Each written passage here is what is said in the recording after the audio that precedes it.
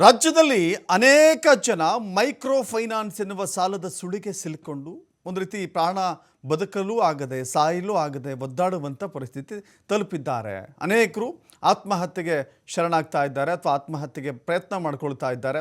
ಕೆಲವು ಕಡೆ ಊರೇ ಬಿಟ್ಟು ಹೋಗಿದ್ದಾರೆ. ಈ ಮೈಕ್ರೋ ಫೈನಾನ್ಸ್ಗಳ ಹಾವಳಿ ದಿನೇ ದಿನೇ ಜಾಸ್ತಿ ಆಗ್ತಾ ಇದೆ. ನಿರಂತರ ಕಿರುಕುಳಕ್ಕೆ ಬೆಳಗಾವಿಯಲ್ಲಿ ಕೂಡ ಬಾವಿಗೆ ಹಾರಿದ್ದಾಳೆ ಮಹಿಳೆ. ಸೂಸೈಡ್ ಮಾಡ್ಕೊಂಡಿದ್ದಾಳೆ. ನಿರಂತರವಾಗಿ ಟಾರ್ಚರ್ ಇದೆ. ಮೈಕ್ರೋ ಫೈನಾನ್ಸ್ ಸಾಲ ಪಡೆದುಕೊಂಡವರಿಗೆ ಸರಿಯಾದ ಸಮಯದಲ್ಲಿ ಸಾಲ ಪಾವತಿ ಮಾಡದಿದ್ರೆ ಮರ್ಯಾದೆ ಉಳಿಸಲ್ಲ. ಫಸ್ಟ್ ಮರ್ಯಾದೆನ ಹಾದಿ ಬೀದಿಯಲ್ಲಿ ಹರಾಜಾಗ್ತಾರೆ. ಸೊ ಆ ಮರ್ಯಾದೆಗೆ ಹೆದರಿಕೊಂಡು ಈ ರೀತಿ ಸೂಸೈಡ್ ಮಾಡ್ಕೊಳ್ತಾರೆ. ಬೆಳಗಾವಿಯಲ್ಲಿ ಬಾವಿಗೆ ಹಾರಿದ್ದಾರೆ.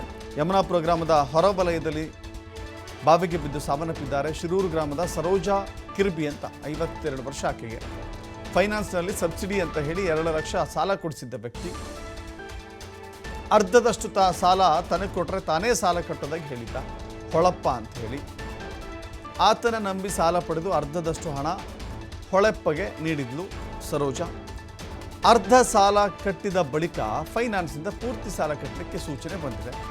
ಹಣ ಕಟ್ಟೋದಿಲ್ಲ, ಸಬ್ಸಿಡಿಯಾಗಿ ಸಾಲ ಪಡೆದಿದ್ದೇನೆ ಅಂತ ಸರೋಜಾ ಹೇಳಿದ್ದಾರೆ. ನೀವು ಸಬ್ಸಿಡಿ ಸಾಲ ಕೊಟ್ಟಿಲ್ಲ, ಪೂರ್ತಿ ಹಣ ಕಟ್ಟಿ ಅಂತ ನಿತ್ಯವೂ ಕಿರುಕುಳ ಕೊಟ್ಟಿದ್ದಾರೆ.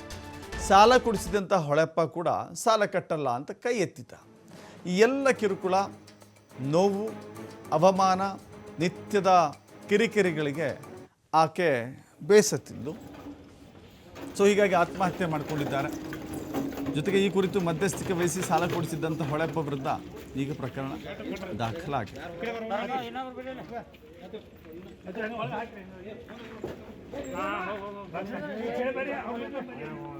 ನೀವು ಹಿಡೀರಿ, ಹಂಗ ಸಪೋರ್ಟ್ ಮಾಡ್ತಾನೆ ಎಲ್ಲ ಹಾಕ್ತಾನೆ.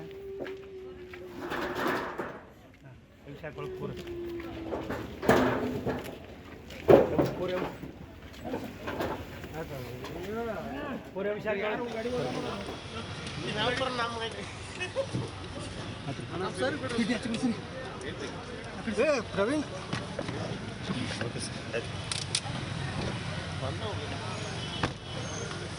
ಪ್ರವೀಣ್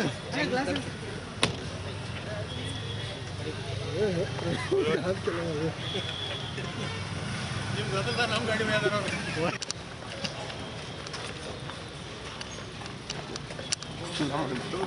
ಹಿಂಗೆ ಮಾಡಿದ್ರಿ ಸರ್. ನೀವು ಯಾಕೆ ಹಿಂಗೆ ಮಾಡಾಕ್ತೀರಿ?